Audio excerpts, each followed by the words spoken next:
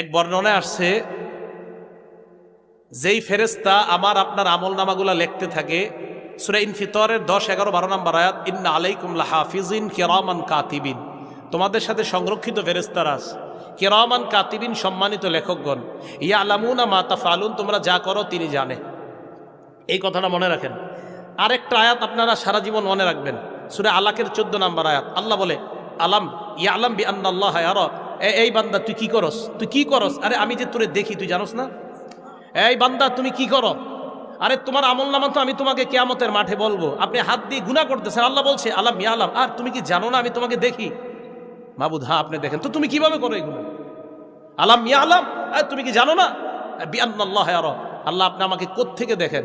সূরা কফের 26 নম্বর আয়াতে আল্লাহ বলেন, ওয়ালাকাদ খালাকনাল ইনসান, আমি মানুষ বানাইলাম, ওয়া না'লামু মা তুওয়াসওয়িসু, তোমার মন কি কুমন্ত্রণা দেয় এটাও জানি।